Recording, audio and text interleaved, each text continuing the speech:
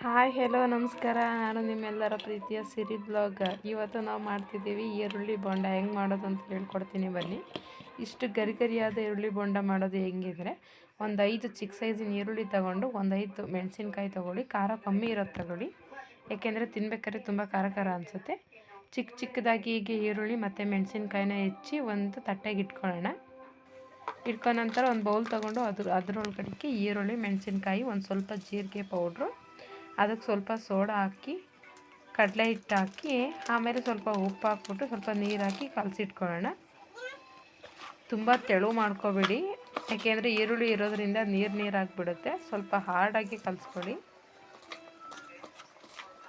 ಕಲಿಸ್ಕೊಂಡು ಆಯಿತು. ಈಗ ಬನ್ನಿ, ಈಗ ಸ್ಟವ್ ಮೇಲೆ ಒಂದು ಪೆನಾಲ್ ಇಟ್ಬಿಟ್ಟು ಅದರೊಳಗಡೆ ಸ್ವಲ್ಪ ಎಣ್ಣೆ ಹಾಕಿ, ಎಣ್ಣೆ ಎಷ್ಟು ಕಾಯ್ದಿದೆ ಅಂತ ಚೆಕ್ ಮಾಡೋಣ. ಚೆಕ್ ಮಾಡಿದ ನಂತರ ಅದು ಸ್ವಲ್ಪ ಹವೆದು ಹಾಕಿದ ಮೇಲೆ ಅದರೊಳಗೆ ಒಂದೊಂದಾಗೆ ಕಲಸಿಟ್ಕೊಂಡಿರೋ ಅಂಥದನ್ನ ಬೋಂಡದ ಹಿಟ್ಟು ಬಿಡೋಣ.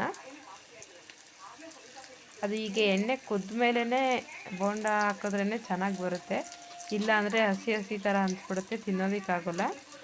ನೋಡಿ, ಈ ಥರ ಎಣ್ಣೆ ಕುದಿಯೋಕ್ಕೆ ಸ್ಟಾರ್ಟ್ ಆದಮೇಲೆ ಹಾಕಿ ತುಂಬ ಚೆನ್ನಾಗಿ ಆಗುತ್ತೆ. ಹೀಗೆ ಎಲ್ಲೋ ಡಾರ್ಕ್ ಎಲ್ಲೋ ಆದಮೇಲೆ ಸ್ವಲ್ಪ ಅದನ್ನು ಚೇಂಜ್ ಮಾಡಿ ಸ್ವಲ್ಪ ಜಾಗ ಬದಲಿಸಿ, ಯಾಕೆಂದರೆ ಫುಲ್ ಎಲ್ಲ ಕಡೆ ಬೇಯಬೇಕಲ್ಲ, ತಿರುಗಿಸಿ ಹಾಕಬೇಕು. ನೋಡಿ ಎಷ್ಟು ಗರಿಯಾಗಿ ಬಂದಿದೆ. ನೀವು ಈ ಥರ ಮಾಡಿ ಕಾಮೆಂಟ್ ಮಾಡಿ.